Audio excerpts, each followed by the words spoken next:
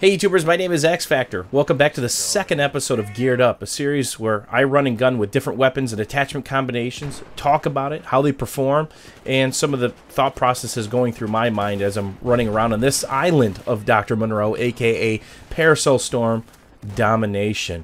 A couple days ago I did an episode of Control Freak. That's a series where I teach you guys how to burst fire, counter recoil, and basically master a weapon combination. Well, that was the AEK featuring the angled grip. And I decided to get rid of that. So today I'm using the Ergo grip because it gives me a better bonus when hip firing and ADSing, aka aiming down sight. So we're running Ergo grip, we're running laser sight, coyote optic because that's my favorite.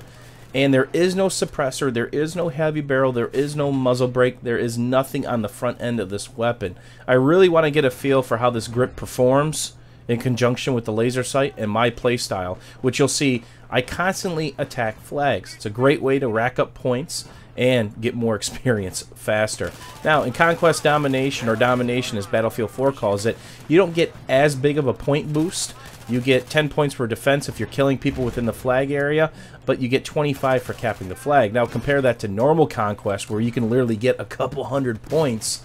It's not as much, but the flags cap pretty fast, and it keeps you moving, which is a great combination of playstyle if you're using this Ergo grip. Again, it's bonusing you out when you're hip firing on the move and ADSing on the move. And here's a trade, a little head glitch spot, and that just shows you the accuracy and extremely fast TDK of the AEK at point blank range. You're going to see me strafe here just a little bit to finish that kill, because the last thing I want to do is stop and pop, let him get behind cover, figure out where I'm at, and then just shoot me in my face. A lot of times you're going to see me strafe for kills, especially right here where I've got steel structures in my way and guys are moving around. But the majority of the time, if I've got an unabated line, a sight line, or I think I'm not being shot at, I'm going to stand perfectly still, settle my optic, then shoot. That's going to give me the biggest bonus while standing up. And if you strafe while shooting, it's going to deviate your bullets just a little bit more. If you ADS too quickly and shoot, it's going to really mess up your bullet deviation. And I've showcased that a couple times on Control Freak. That's different from Battlefield 3. In Battlefield 3, as quick as you could zoom in and hit the fire button, your bullets would have that ADS feel, that ADS deviation.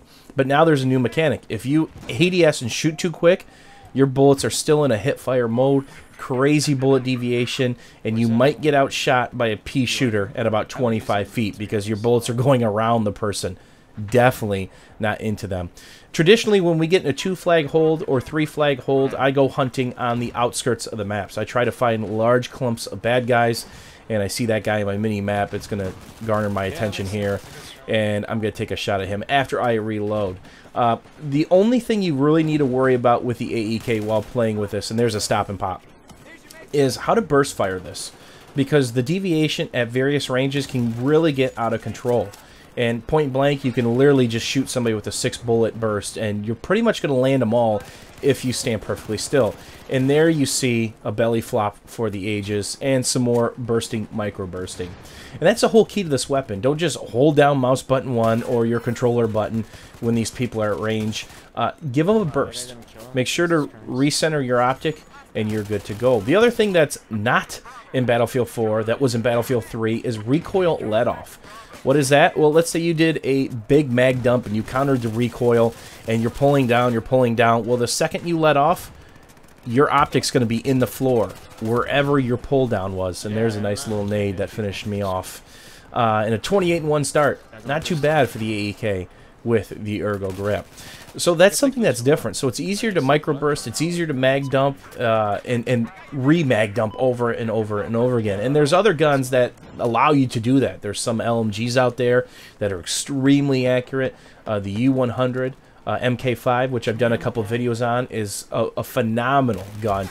And I've been playing around a lot and falling in love with the LSAT. Due to its higher rate of fire, and if you can counter the recoil, the thing is a beast at pretty much every range in the game.